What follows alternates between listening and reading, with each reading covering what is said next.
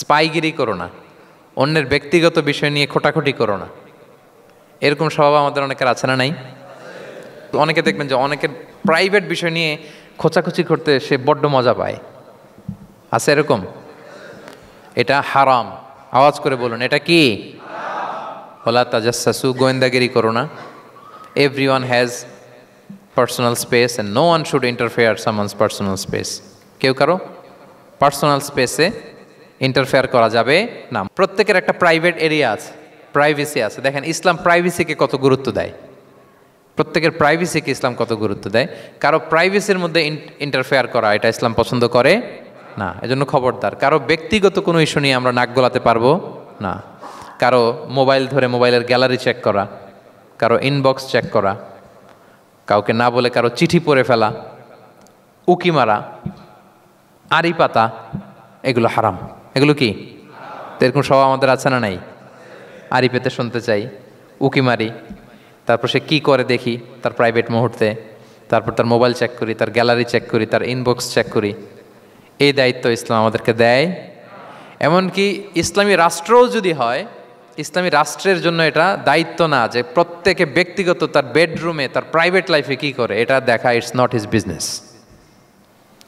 ইসলামী রাষ্ট্র মানুষকে ন্যায়, কল্যাণের পথ, সুন্দর জীবন পরিচালনার জন্য উৎসাহিত করবে, কিন্তু প্রত্যেকে প্রাইভেট লাইফে কি করে ওইটা সিসি ক্যামেরা লাগিয়ে দেখা এটা কারো দায়িত্বের মধ্যে পড়ে না।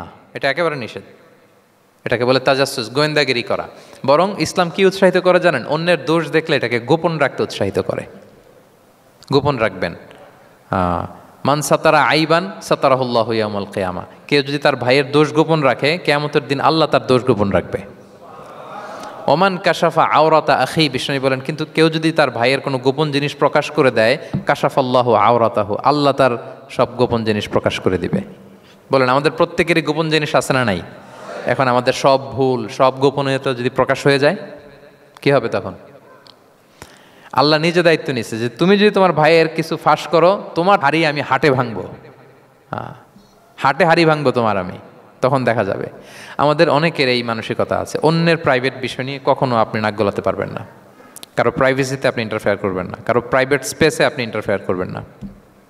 এটা খুব বাজে একটা স্বভাব। এটা ইসলাম হারাম করে দিয়েছে। আমাদের অনেকের মধ্যে আছে খুঁটে খুঁটে, ভাই এটা কি, ওইটা কি করছেন, সরকারি চাকরি না প্রাইভেট চাকরি, বেতন কত, বয়স কত, ওইটা কত, ওইটা কত, হাবি যাবি, এটা তার ইটস নট হিজ বিজনেস। তারপর মানুষ খুঁচিয়ে খুঁচিয়ে। নিঃসন্তান দম্পতি আমি দেখেছি, তাদেরকে পেলে অনেকে, ভাই কি সমস্যা, কয় বছর হইল, বাচ্চা নিচ্ছেন না কেন, কবে হবে, কার সমস্যা, আপনার সমস্যা না ভাবির সমস্যা, বেটা তোর কি সমস্যা ওইটা বল। একজন নিঃসন্তান দম্পতি তারা কি স্ট্রাগলের মধ্য দিয়ে যায় আপনি জানেন? এটা তার জন্য পরীক্ষা। ওই পরীক্ষার মধ্যে আপনি খুঁচিয়ে খুঁচিয়ে, মানে সে kind of he is a gynaecologist, সে আপনার ইয়ে করতেছে, ট্রিটমেন্ট দিচ্ছে, ভাই কি হয়েছে, এইটা ওইটা, তাদেরকে বিব্রত করে একটা পরিস্থিতিতে ফেলা, এম্বারাসিং একটা সিচুয়েশনে ফেলা, এটা হারাম। এই ম্যানারগুলো ইসলাম আমাদেরকে ধরে ধরে শেখায় যে এটা তোমার বিজনেস না। তুমি খুঁচিয়ে খুঁচিয়ে মানুষের ব্যক্তিগত বিষয় যেটাতে সে বিব্রত বোধ করে, এগুলো তুমি জিজ্ঞেস করতে পারো না। আল্লাহ বলেছেন খবরদার, ওলা তাজাসসু, ওলা তাজাসসু, গোয়েন্দাগিরি করো না, কারো ব্যক্তিগত বিষয় না। অনেকের এটাতে খুব ইন্টারেস্ট, কার স্ক্যান্ডাল বেরোইছে। প্রায় দেখবেন যে এরকম দেখা যায়, অমুক নেতার স্ক্যান্ডাল ফাঁস, অমুক নায়কের স্ক্যান্ডাল ফাঁস। তোমার স্ক্যান্ডাল কবে ফাঁস হবে এটা বলো? নিজের চরকায় তেল দিতে হবে। আরেকজনের কি হলো, তার কি ভুল আছে, দোষ ত্রুটি আছে, ওগুলো খুঁজে দেখার জন্য আল্লাহ আমাকে দুনিয়ায় পাঠায়। তাহলে আমরা যেন কারো প্রাইভেসি হ্যাম্পার না করি। প্রিয় ভাইরা, এটা ইসলাম আমাদেরকে উৎসাহিত করে, নির্দেশনা দেয় যে আমরা কারো প্রাইভেট কোনো ইস্যু নিয়ে নাক গলাবো না, ব্যক্তিগত বিষয়ে নাক গলাবো না। কারো দোষ দেখলে এটা আমি গোপন রাখবো। কি করব? আনলেস ইউ আর এ জাজ, আপনি বিচারক, আপনার কাছে আসছে, তখন আপনি বিচার করবেন। কিন্তু এমনি এমনি আপনি জাজমেন্টাল হতে পারবেন না। You can not jump to the conclusion, একটা কিছু আন্দাজে বলে ফেলতে পারবেন না। এই দায়িত্ব আপনাকে দেওয়া হয়নি। ইসলামে ব্যভিচারের মতো কোনো বিষয় দেখলেও আপনি বলতে পারবেন না। ব্যভিচার, অ্যাডাল্ট্রি, ফর্নিকেশন, জিনা, এগুলো দেখলে আপনি বলতে পারবেন না। বললে 4 জন নিয়ে বলতে হবে একসাথে। আপনি 3 জন যে যদি কাজের কাছে বলেন যে এই ছেলে আর মেয়েকে আমি অপকর্ম করতে দেখছি, কাজী 3 জনকে নিয়ে আগে 80 টাকা করে বেত মারবে পিঠে, তো করে দেখতে বলছে কে? তোমাদেরকে এই কাজ অবজার্ভ করতে বলেছে কে? কারণ 3 জন মিলে এই উইটনেস হবে না। 4 জন উইটনেস যদি থাকে তাইলে তাও আমরা দেখছি বললে হবে না, তারপরও মায়ের। আরও রলি আমি বলি, 4 জন এসে যদি বলে যে আমি একজন নারী একজন পুরুষকে ন্যাকেড অবস্থায় এই ঘরে প্রবেশ করতে দেখছি, তারপরও কাজে নিয়ে এই 4 জনের আশীর্বাদ দিবে, কারণ এতেও প্রমাণিত হয় নাই। তারা হয়তো একটা জায়গায় অবস্থান করেছে কিন্তু বড় ধরনের কোনো পাপের সাথে লিপ্ত হয় নাই হয়তো। তার মানে একেবারে চাক্ষুষ, তাও নারী দিয়ে এই উইটনেস হবে না, 4 জন পুরুষ এই পাপ কাজের চাক্ষুষ সাক্ষী ছিল, এটা যদি বলে সব কিছু যদি মিলে যায় তারপরে তাদেরকে শাস্তি দেওয়া যাবে, এর আগে সম্ভব না। এটা কোনো মানুষ কোনো পাপ কাজ এভাবে লোকচক্ষুর সামনে কখনো করে না। তার মানে দেখেন এটা কেন এরকম শক্ত করা হলো, যাতে আপনি না বলেন, কারণ বলতে গেলে আপনি আরো মাইর খাবেন, অপবাদের শাস্তি পাবেন। হ্যাঁ, ইফকের শাস্তি। ইসলাম কিভাবে মানুষের প্রাইভেসিকে হেফাজত করে। কেউ কোনো একটা মানুষ হয়তো কখনো শয়তানের ওয়াসওয়াসায়, নফসের তাড়নায়, বন্ধুর পাল্লায় পড়ে কোনোভাবে সে পাপে জড়িয়ে পড়েছে, আপনি এটাকে ইস্যু বানাচ্ছেন, কিন্তু এমন হতে পারে ওই পাপের পরে সে এমনভাবে তওবা করেছে, এমনভাবে ফিরে এসেছে, এমনভাবে প্র্যাকটিসিং হয়েছে যে সে ভালো কাজ দিয়ে আপনাকেও ছাড়িয়ে গেছে। আপনি আটকায় যাবেন কিন্তু কিয়ামতের দিন ও আটকাবে না। এরকম হতে পারে কি পারে না? তো ওর পিছনে লাগছেন কেন আপনি? আপনি আপনার ইস্যু দেখেন, আপনি কতটা প্র্যাকটিসিং হতে পেরেছেন, আপনি কতটা শুদ্ধাচার আনতে পেরেছেন আপনার জীবনে, সেটা দেখতে হবে।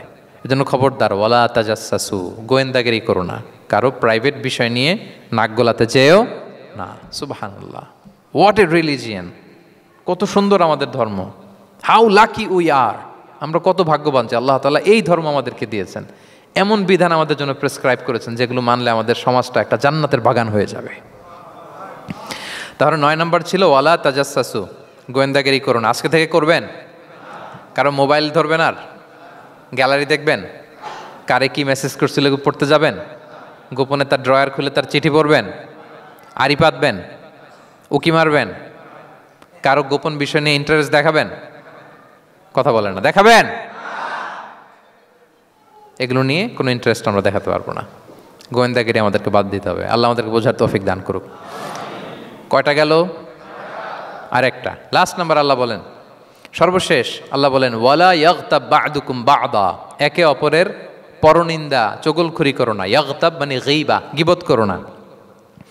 আইয়ুহিব্বু আহাদুকুম আইয়াকুলা লাহমা আখিহি মাইতান ফাকারিহতুম, তোমরা কি চাও যে তোমরা তোমাদের মৃত ভাইয়ের গোশত ভক্ষণ করবে? মানে যে ব্যক্তি গীবত করে সে যেন তার মৃত মরা ভাইয়ের পচা গোশত খায়। গীবত করা, গীবত কাকে বলে?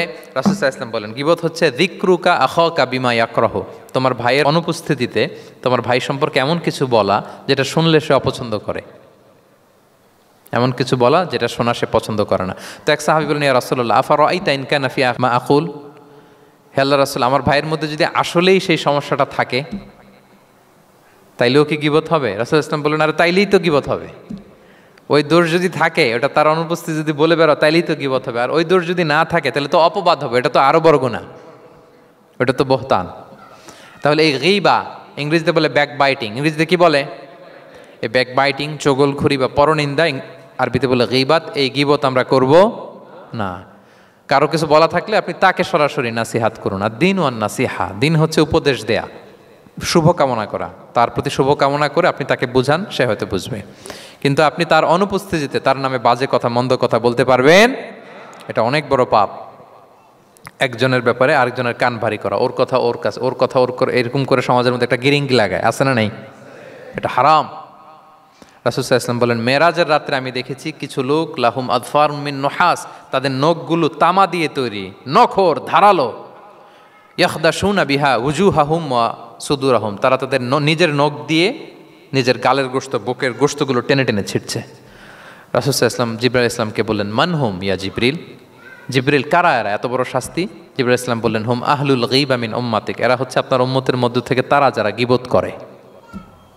তারা কি করে? তাহলে এই গীবতের সাথে আমাদের কোনো সম্পর্ক, এটা থেকে আমাদেরকে বেঁচে থাকতে হবে, এটা করা যাবে না। আমরা অনেকে হালাল ওয়েতে গীবত করি। এইভাবে কিভাবে করে আমি বলি আপনাদের, এইভাবে শুরু করে, এইভাবে কি বলবো ভাই, বললে তো গীবত হয়ে যায়, তারপরও না বললেই না, একটু বলি। শুরুতে কি বললে তো দেখছেন কিভাবে হালাল করে, বললে তো গীবত হয়ে যায়, এইভাবে স্টার্ট করে। বললে যদি গীবত হয়ে যায় এটা বলা যাবে? আওয়াজ করে বলেন, যেটা বললে গীবত হয়ে যাবে এটা বলা যাবে না। এই অভ্যাসগুলো থেকে আমরা আস্তে আস্তে ফিরে আসবো, ওগুলো আমরা আর বলবো। তাহলে মোট 10টা, কয়টা? এই 10টা যদি আমরা মেনে চলি, সমাজে আর কোনো অশান্তি থাকবে? বিশৃঙ্খলা থাকবে?